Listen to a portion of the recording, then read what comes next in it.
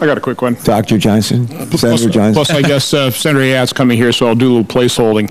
But, first of all, I do want to say, agree with Senator Colburn. Really appreciate your testimony here, and it's really been very instructive. And I truly appreciate the fact that you really are looking at the flood insurance program and working through those very difficult issues of how do we design that program so we're not incentivizing, uneconomic behavior, let's put it that way.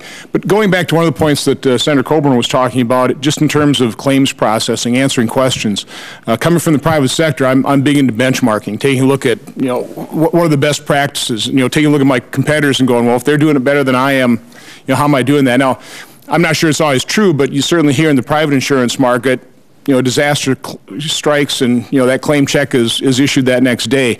Are you looking at the private insurance model? Are there things that we can do legislatively to make, bottom line is I think the solution here is reduce the complexity.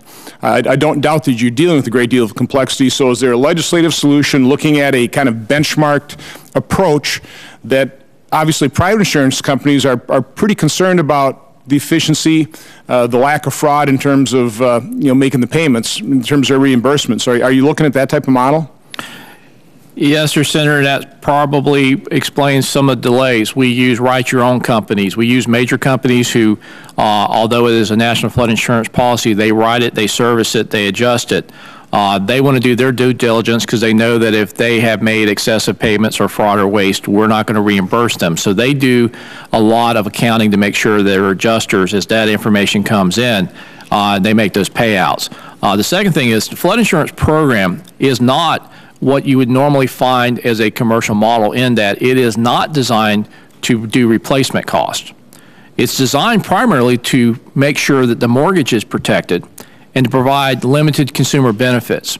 So where it's easy for an adjuster to come in and say, your home is destroyed, I'm going to give you replacement value, we look at depreciated value. We look at servicing the mortgage, and we look at your contents as depreciated value.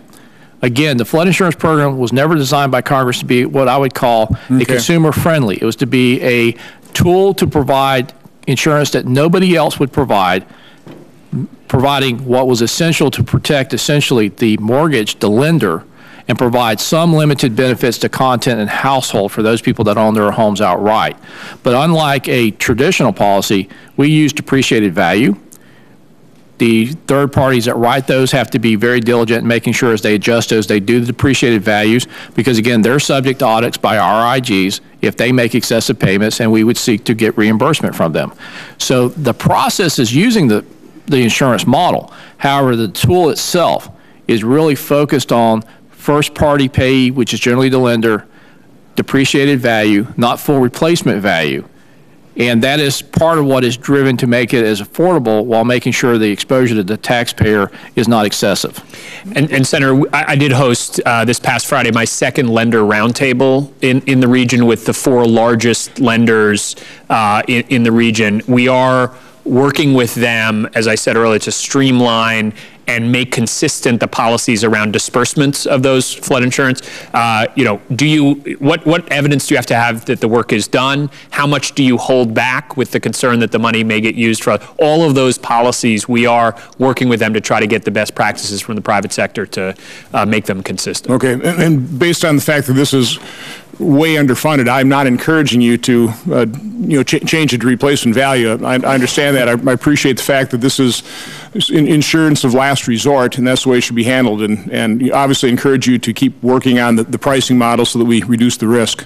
The biggest lesson there, sir, is that the pool of the adjusters, which are not standard adjusters, they have to be specifically trained to do the flood insurance, was a limited pool. We were able to work and expand that with the private insurers, and that was one of the initial bottlenecks, was to get the adjusters out there.